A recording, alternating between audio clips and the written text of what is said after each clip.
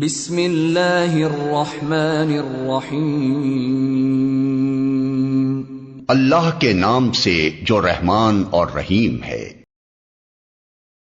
بن فضالہ نے بیان کیا، کہا ہم سے ہشام دستوائی نے، انہوں نے قتادہ بن دعامہ سے، انہوں نے انس رضی اللہ عنہ سے، کیا حضرت صلی اللہ علیہ وسلم نے فرمایا، اللہ تعالیٰ قیامت کے دن اسی طرح جیسے ہم دنیا میں جمع ہوتے ہیں مومنوں کو اکٹھا کرے گا۔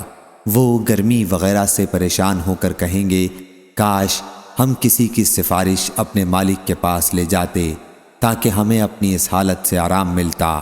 چنانچہ سب مل کر آدم علیہ السلام کے پاس آئیں گے، ان سے کہیں گے، آدم علیہ السلام آپ لوگوں کا حال نہیں دیکھتے، کس بلا میں گرفتار ہیں۔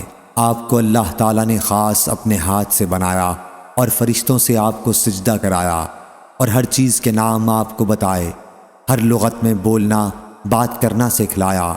کچھ سفارش کیجئے تاکہ ہم کو اس جگہ سے نجات ہو کر آرام ملے۔ کہیں گے میں اس لائق نہیں۔ ان کو وہ گناہ یاد آ جائے گا جو انہوں نے کیا تھا، ممنوع درخت میں سے کھانا۔ مگر تم لوگ ایسا کرو، نوح پیغمبر علیہ السلام کے پاس جاؤ، وہ پہلے پیغمبر ہیں جن کو اللہ تعالیٰ نے زمین والوں کی طرف بھیجا تھا۔ آخر وہ سب لوگ نوح علیہ السلام کے پاس آئیں گے، وہ بھی یہی جواب دیں گے، میں اس لائق نہیں۔ اپنی خطا جو انہوں نے دنیا میں کی تھی یاد کریں گے۔ کہیں گے تم لوگ ایسا کرو، ابراہیم پیغمبر علیہ السلام کے پاس جاؤ جو اللہ کے خلیل ہیں۔ ان کے پاس جائیں گے، وہ بھی اپنی خطائیں یاد کر کے کہیں گے، میں اس لائق نہیں۔ تم موسیٰ پیغمبر علیہ السلام کے پاس جاؤ، اللہ نے ان کو تورات عنایت فرمائی، ان سے بول کر باتیں کیں۔ یہ لوگ موسیٰ علیہ السلام کے پاس آئیں گے، وہ بھی یہی کہیں گے، میں اس لائق نہیں۔ اپنی خطا جو انہوں نے دنیا میں کی تھی یاد کریں گے۔ مگر تم ایسا کرو، عیسیٰ پیغمبر علیہ السلام کے پاس جاؤ، وہ اللہ کے بندے، اس کے رسول، اس کے خاص کلمہ اور روح ہیں۔ یہ لوگ عیسیٰ علیہ السلام کے پاس آئیں گے، وہ کہیں گے میں اس لائق نہیں۔ تم ایسا کرو، محمد صلی اللہ علیہ وسلم کے پاس جاؤ، وہ اللہ کے ایسے بندے ہیں جن کی اگلی پچھلی خطائیں سب بخش دی گئی ہیں۔ آخر یہ سب لوگ جمع ہو کر میرے پاس آئیں گے، میں چلوں گا اور اپنے پروردگار کی بارگاہ میں حاضر ہونے کی اجازت مانگوں گا۔ مجھ کو اجازت ملے گی، میں اپنے پروردگار کو دیکھتے ہی سجدے میں گر پڑوں گا، اور جب تک اس کو منظور ہے وہ مجھ کو سجدے ہی میں پڑا رہنے دے گا۔ اس کے بعد حکم ہوگا، محمد صلی اللہ علیہ وسلم اپنا سر اٹھاؤ اور عرض کرو، تمہاری عرض سنی جائے گی، تمہاری درخواست منظور ہوگی، تمہاری سفارش مقبول ہوگی۔ اس وقت میں اپنے مالک کی ایسی ایسی تعریفیں کروں گا جو وہ مجھ کو سکھا چکا ہے یا سکھلائے گا۔ پھر لوگوں کی سفارش شروع کر دوں گا۔ سفارش کی ایک حد مقرر کر دی جائے گی، میں ان کو بہشت میں لے جاؤں گا، پھر لوٹ کر اپنے پروردگار کے پاس حاضر ہوں گا اور اس کو دیکھتے ہی سجدے میں گر پڑوں گا۔ جب تک پروردگار چاہے گا مجھ کو سجدے میں پڑا رہنے دے گا۔ اس کے بعد ارشاد ہوگا، محمد صلی اللہ علیہ وسلم اپنا سر اٹھاؤ، جو تم کہو گے سنا جائے گا اور سفارش کرو گے تو قبول ہوگی۔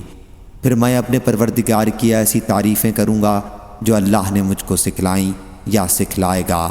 اس کے بعد سفارش کر دوں گا، لیکن سفارش کی ایک حد مقرر کر دی جائے گی، میں ان کو بہشت میں لے جاؤں گا، پھر لوٹ کر اپنے پروردگار کے پاس حاضر ہوں گا، اس کو دیکھتے ہی سجدے میں گر پڑوں گا۔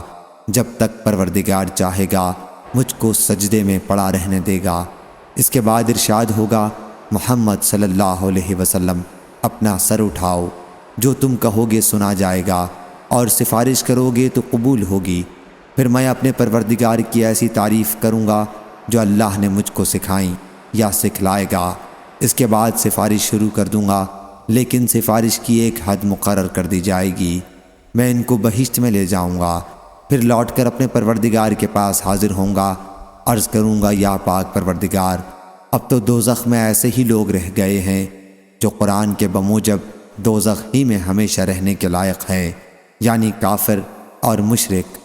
انس رضی اللہ عنہ نے کہا، حضرت صلی اللہ علیہ وسلم نے فرمایا، دوزخ سے وہ لوگ بھی نکال لیے جائیں گے جنہوں نے دنیا میں لا الہ الا اللہ کہا ہوگا اور ان کے دل میں ایک جو برابر ایمان ہوگا، پھر وہ لوگ بھی نکال لیے جائیں گے جنہوں نے لا الہ الا اللہ کہا ہوگا اور ان کے دل میں گیہوں برابر ایمان ہوگا، گیہوں جو سے چھوٹا ہے۔ پھر وہ بھی نکال لیے جائیں گے جنہوں نے لا الہ الا اللہ کہا ہوگا اور ان کے دل میں چیونٹی برابر یا بھنگے برابر ایمان ہوگا۔ صحیح بخاری حدیث نمبر 7410۔